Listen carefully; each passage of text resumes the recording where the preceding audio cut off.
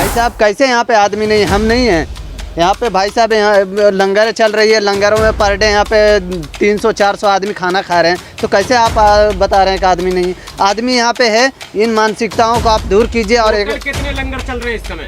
इस समय यहाँ 150 से 200 लंगर चल रहे हैं। अभी भी यहाँ पे 150 से 200 लंगर चल रहे हैं और हर लंगर में 200-300 आदमी खाना खा रहे हैं। बाकायदा हम लोग मोदी के गाइडलाइंस को कभी फॉलो नहीं करेंगे, क्योंकि मोदी जी का गाइडलाइंस रहा है कि देश के अंदर चुनाव करवाइए और कोरोना को भगा दीजिए। आपको मैं कहना चाहूँगा, आपके माध्यम से भी कहना चाहूँगा भाजपा सरकार को कि भाजपा सरकार केंद्र में बैठी मोदी सरकार को तुरंत इस्तीफा देना चाहिए और देश के अंदर इलेक्शन करवाना चाहिए, ताकि कोरोना इस देश से हट जाए और इस देश का आवाम सुरक्षित हो जाए। किसान आंदोलन का भविष्य यही है कि किसान आंदोलन एक बहुत बड़े रूपरेखा अभी पकड़ चुकी है। ये आंदोलन तब तक नहीं ख़त्म होगी जब तक ये काले कानून को वापस नहीं लेते हैं। इससे भविष्य यही है किसान आंदोलन का कि हम अपने भविष्य को बर्बाद नहीं होने देंगे। देश की सच्चाई सच छुपने नहीं देंगे। और ये आंदोलन एकदम सही रास्ते से जा रहा है। इसे एक सफलता, बहुत बड़ी सफलता मिलेगी।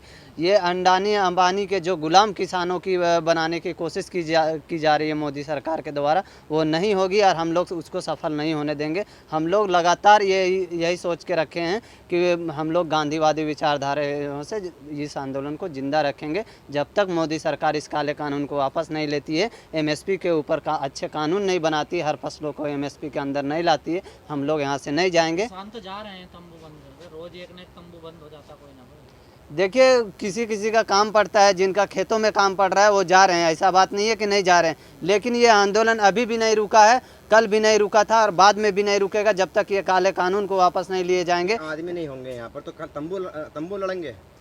भाई साहब कैसे यहाँ पे आदमी नहीं, हम नहीं हैं यहाँ पे। भाई साहब यहाँ लंगर चल रही है, लंगरों में पर डे यहाँ पे 300-400 आदमी खाना खा रहे हैं, तो कैसे आप बता रहे हैं कि आदमी नहीं? आदमी यहाँ पे है। इन मानसिकताओं को आप दूर कीजिए। और कितने लंगर चल रहे हैं इस समय? इस समय यहाँ 150 से 200 लंगर चल रहे हैं। अभी भी यहाँ पे 150 से 200 लंगर चल रहे हैं और हर लंगर में 200-300 आदमी खाना खा रहे हैं। इस गाजीपुर बॉर्डर पर 200 लंगर चल रहे हैं। अभी भी चल रहे हैं 150-200 लंगर और चलते रहेंगे, तब तक चलते रहेंगे जब तक ये मोदी सरकार इस काले कानून को वापस नहीं लेती है, जब तक ये हमारी मांगों को पूरी नहीं करती है मोदी सरकार। मोदी सरकार की साफ मानसिकता है कि हमारी रोटियों को अंबानी अडानी के तिजोरी में बंद करना चाहते हैं और ये रिलायंस की फैक्ट्री खुलवा कर बेचवाना चाहते हैं देश के अंदर। ये कानून से सिर्फ किसान ही नहीं मरेगा भाई साहब, इस कानून से आम लोग भी मरेंगे। ये सारे मंडियों को स्टॉक करने के लिए मोदी सरकार बना रही है इस कानून को। आप लोगों को कोरोना से डर नहीं लग रहा है? बिल्कुल बिल्कुल सर, कोरोना से डर है और हम लोग यहाँ पे WHO की गाइडलाइंस को फॉलो कर रहे हैं। बाकायदा हम लोग मोदी के गाइडलाइंस को कभी फॉलो नहीं करेंगे, क्योंकि मोदी जी का गाइडलाइंस रहा है कि देश के अंदर चुनाव करवाइए और कोरोना को भगा दीजिए। आपको मैं कहना चाहूँगा, आपके माध्यम से भी कहना चाहूँगा भाजपा सरकार को कि भाजपा सरकार केंद्र में बैठी मोदी सरकार को तुरंत इस्तीफा देना चाहिए और देश के अंदर इलेक्शन करवाना चाहिए, ताकि कोरोना इस देश से हट जाए और इस देश का आवाम सुरक्षित हो जाए।